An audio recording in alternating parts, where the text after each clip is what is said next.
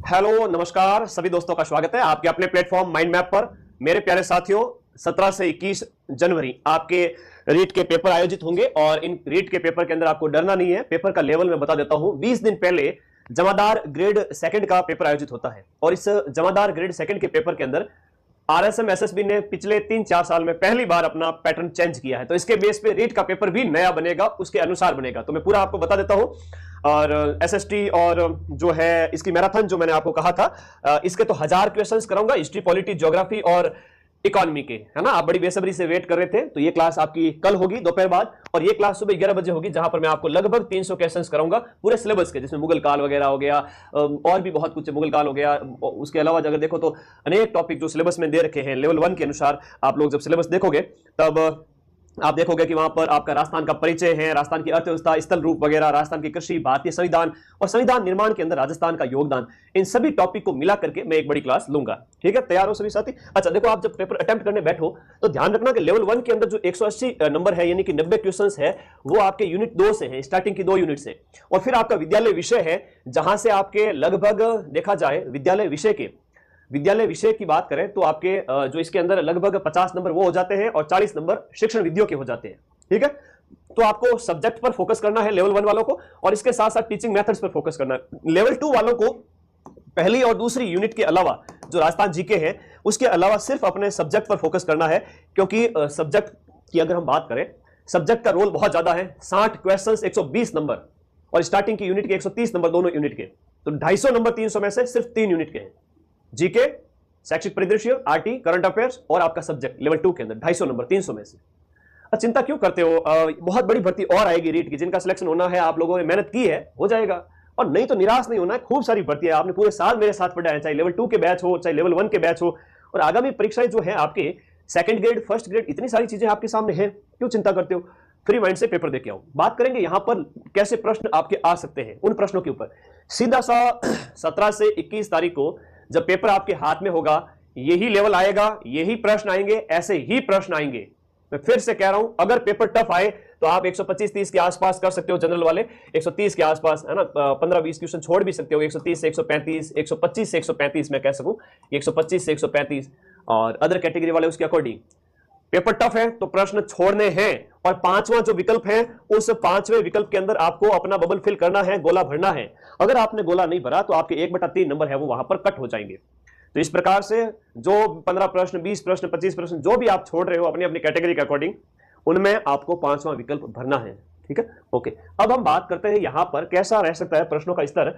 देखो, राजस्थान के लोक नृत्यों का, जैसे राजस्थान की कला संस्कृति का प्रश्न है कि लोक नृत्यों के बारे में पूछा है, तो सीधे से ऑप्शन आएंगे ऐसे, जैसे यहां पर 1, 2, 3 और 4, 4 ऑप्शन दे दिए। इन 4 ऑप्शन के बाद कहा जाएगा कौन सा कथन सत्य है, ऐसे ही प्रश्न आएंगे। अच्छा, ऐसे प्रश्न कितने आएंगे? लगभग 30% क्वेश्चंस ऐसे आएंगे, और 40% है वो आपके वेरी इजी आएंगे, है ना। ऐसा नहीं कि रीट वाले डर जाओ, ये काफी इजी आएंगे। ठीक है, ये याद रखना। और बचा हुआ जो आपका 30% है वो आपका मीडियम आएंगे, ये आपके थोड़े से कठिन आएंगे। तो इनमें आपको डरना नहीं है, पेपर का लेवल थोड़ा सा टफ बनेगा, जानबूझ के बनेगा ना। तो अभी अधीनस्थ बोर्ड वो नहीं है कि पटवारी 4th ग्रेड उसके हिसाब से दे दिया, हमें इसी में लेना selection. Expect the best but be ready for the worst.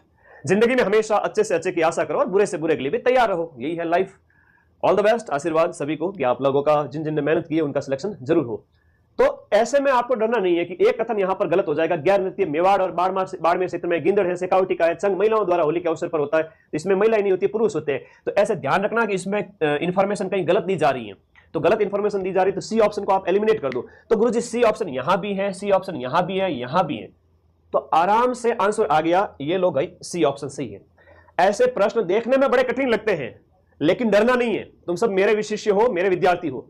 अधीनस्थ बोर्ड है, थोड़ा सा आरपीएससी बनने की कोशिश कर रहा है, यूपीएससी बनने की कोशिश कर रहा है, लेकिन अभी वो बन नहीं पा रहा है।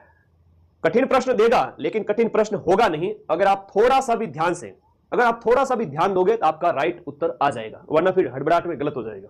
तो देखो, आपने पता है कि चंग जब होली के अवसर पर होता है तो महिलाएं कहां, पुरुष होते हैं उसमें, तो दिमाग लगाना है थोड़ा सा। अधीनस्थ बोर्ड ने कहा है कि केवल उन्हीं विद्यार्थियों का सिलेक्शन होगा, हम ऐसे विद्यार्थी ही सिलेक्ट करना चाहते हैं जो थोड़ा दिमाग लगाए, है ना, रट्टू पोपट ना हो, है ना। बहुत सारी चीजें रट के आ गए हैं और कोशिश कर रहे हैं कि भाई सही हो जाएगा, ऐसे नहीं।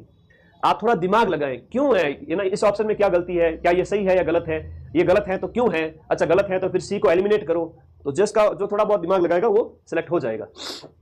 कथन कारण ये जो है सुमेलन वाले आएंगे कि भाई सीधा सिंपल सा है कि आप तेजा जी की जब हम बात करते हैं तो खरनाल से मिलान कर लिया, तो बी के सामने 4 आ गया, तो बी के सामने जहां कहीं भी 4 देखा तो ये रहा बी ऑप्शन और ये रहा 4 ऑप्शन, तो सिर्फ और सिर्फ एक के अंदर है सर। तो आपको ये चारों ऑप्शन नहीं आएंगे। कई बार ऐसे प्रश्न होंगे जहां पर आपको चारों ऑप्शन नहीं आएंगे, तो वहां पर हम गुरुजी क्या करेंगे, वहां आपको कुछ नहीं करना है। जो इंफॉर्मेशन आपको आ रही है, जो प्रश्न आपको आ रहा है, इसमें सिर्फ मान लो तेजा जी आ रहा है, हालांकि सभी आ रहे हैं आपको, लेकिन कई बार ऐसा होगा 4 में से सिर्फ एक ऑप्शन आपको पता होगा, और उस एक को करने से कि बी के सामने 4, तो बी के सामने 4 सिर्फ और सिर्फ कहां है, ए में है, तो इस प्रकार गुरुजी ए ऑप्शन सही हो गया। ऐसे ही सिलेक्शन होता है। राजस्थान के जिलों को उनके कालक्रम के हिसाब से व्यवस्थित कीजिए जिस क्रम में 1857 की क्रांति घटित हुई थी। अब इसके लिए तो डेट पता होनी चाहिए कि सबसे पहले क्रांति कहां हुई।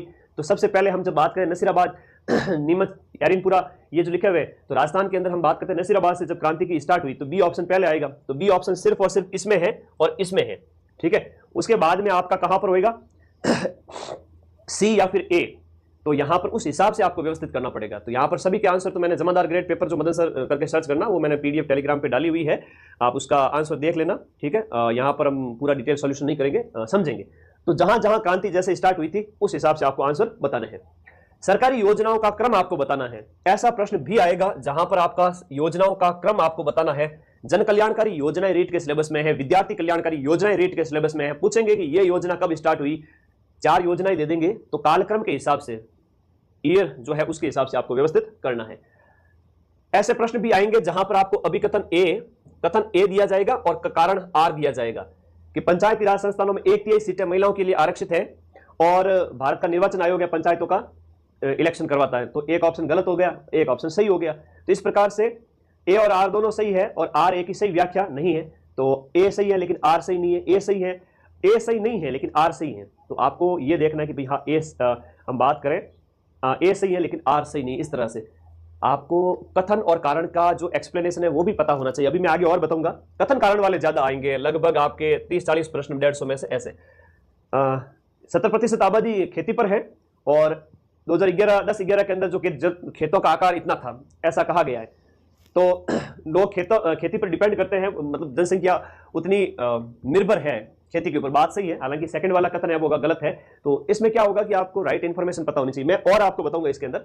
जैसे यहां पर सुमेलन करना है कि मूल अधिकार संविधान के भाग किसके अंदर है, 3 के अंदर है। तो इस प्रकार से ए के सामने 3 आप करोगे तो आधे प्रश्न का देखो, यहां पर ए के सामने 3, ए के सामने 3, जो 2 ऑप्शन है उसमें ही आपको पता चल गया कि भाई बाकी 2 तो यहां पर कट हो गए और 2 ऑप्शन है, इनमें से 50-50 हो सकता है। तो ठीक है, ज्यादा टाइम नहीं लगेगा, आराम से कर सकते हो। ये भी सुमेलन, ये जो ऑप्शन है मल्टीपल वाले आगे, यहां भी राज्यपाल दिए गए हैं। तो आपको पदाधिकारी, राजस्थान के पदाधिकारी के, आपके राजस्थान के राज्यपाल, राजस्थान के मुख्य सचिव वाला प्रश्न तो आएगा ही आएगा कि वी श्रीनिवासन राजस्थान के 46वें मुख्य सचिव है। राजस्थान के नवीन जो आपके सूचना आयुक्त वगैरह हो गए, राजस्थान के निर्वाचन आयुक्त हो गए, ऐसे ऐसे प्रश्न। और पदाधिकारियों, आरपीएससी के हेड कौन है ना, ऐसे ऐसे प्रश्न आपसे पूछे जाएंगे। तो वहां पर आपको क्या सुमेलन करना है, कौन किससे सुमेलित है, उस तरह से। हालांकि ये तो नेशनल लेवल का राज्यपाल वाला है, वो आपके नहीं आएगा। भारतमाला परियोजना है, इसके संबंध में आप बताओ कि सही कौन सा है। एलडीसी बैच में साइंस में सब चल रही है, आप चिंता न करें, एक बार रीट का पेपर दे दें, उसके बाद सारी बैच अवेलेबल है। तो कोई भी एक योजना है जो चर्चा में है करंट अफेयर से, 3 कथन दिए जाएंगे, 4 कथन दिए जाएंगे, बताइए इनमें से कौन सा कथन है आपका सही है। इन्फॉर्मेशन आ रही है सही तो आंसर मिल जाएगा, वरना आप उसको स्किप कर सकते हैं, डरने की जरूरत नहीं है। नहीं आ रहा है कोई प्रश्न तो उसकी वजह से सिलेक्शन रुकेगा नहीं है, ठीक है। और अब यहां पर सुमेलन करना है, सेवण क्या होती है गुरुजी की, सेवण घास होती है। तो ए के सामने आ गया आपका 2 ऑप्शन, तो ए के सामने 2 ऑप्शन सिर्फ और सिर्फ इसमें है, बाकी किसी में नहीं है। तो इस प्रकार से जो क्वेश्चन है उसकी फ्रेमिंग तो बहुत शानदार की हुई है, लेकिन प्रश्नों में दम नहीं होगा। अधीनस्थ बोर्ड के आधे कठिन प्रश्नों में से आधे प्रश्न आप आराम से सही कर लोगे। सौभाग्य योजना के भी बारे में कथन आ गए। और योजनाओं का जो है, योजनाओं को प्रारंभ होने की तिथि के हिसाब से व्यवस्थित करना, ये तो फेवरेट क्वेश्चन बन रहा है इनका। कोई भी योजना दे दी, प्रारंभ होने की तिथि के हिसाब से बताइए। और ये भी वापस से योजनाओं का क्रम के हिसाब से आ गया। अच्छा, मंदिर कौन सा कहां पर है, जैसे सांस बहु मंदिर की बात करें तो वो नागदा के अंदर है, ए के सामने 1 आएगा, तो बाकी बचे हुए दोनों ऑप्शन कट हो गए। तो ऐसे एलिमिनेट करना आना चाहिए थोड़ा सा, है ना। और हर्षद माता की बात करें आबानेरी के अंदर, ए के सामने 3 हो गया, तो बी ऑप्शन अपना निकल गया, बी के सामने 3। तो थोड़ा दिमाग लगाना पड़ेगा, बाकी कठिन नहीं आएगा। अब इसमें देखो कथन 1 है, कारण आर है। सूती वस्त्र उद्योग परंपरागत उद्योग है, कृष्णा मिल लिमिटेड है, पहली सूती मिल थी। अब इसमें क्या है कि है तो दोनों कथन सही है, लेकिन व्याख्या नहीं कर पा रहा है। व्याख्या इसलिए नहीं, ये सूती वस्त्र उद्योग के बारे में बात हो रही है, यहाँ मिल के बारे में बात हो रही है। सूती वस्त्र उद्योग प्राचीन उद्योग है, और प्राचीन उद्योग के विकास के बारे में अगर एक और कथन होगा तो वो कथन की सही व्याख्या होता। जैसे कि राम विद्यालय जाता है, विद्यालय जाकर वो पढ़ाई करता है, तो दोनों कथन सही है, और पहला वाले कथन की दूसरा वाला कथन व्याख्या कर रहा है कि राम विद्यालय जाता है, और दूसरा कथन यह आ जाएगा कि राम के बारे में कुछ और कथन आ जावे कि वो उसका व्यक्तित्व ऐसा है वैसा है, कि वो एक ईमानदार लड़का है। तो वो विद्या से हटकर के प्रश्न उसके जानकारी दी जा रही है, तो कथन तो दोनों सही है लेकिन व्याख्या नहीं कर रहा है, तो थोड़ा ध्यान रखना पड़ेगा ऐसी बातों का। अब ये 2 कथन और दिए गए हैं आपकी राजस्थान की सोलर एनर्जी के संबंध में, वो भी सम्मिलित करने थे। किसान आंदोलन के संबंध में कथन और कारण आपके दिए गए हैं, तो आपको इस प्रकार से इनको व्यवस्थित करना है। बाकी चिंता मत कीजिए, रीट के जस्ट बाद में आपको लैब असिस्टेंट की तैयारी करवाएंगे। लैब असिस्टेंट के आगे 4 महीने पड़े हैं, जम के तैयारी करना, ठीक है। माइंड मैप ऐप पर फर्स्ट ग्रेड है और सीईटी ग्रेजुएशन का बैच है, और चाहे सेकंड ग्रेड है, जम के पढ़ेंगे। ऑप्शन खूब है लाइफ में, जो हिम्मत नहीं हारेगा सिलेक्शन उसी का होगा। बाकी 7000 सीट है, तो जो इतने सारे लाखों बच्चे हैं उनमें सिलेक्शन तो 7000 का ही होना है। लेकिन जब तक एग्जाम हॉल से बाहर नहीं आओ तब तक यही सोचो कि सिलेक्शन आपका ही होगा। थैंक यू, धन्यवाद।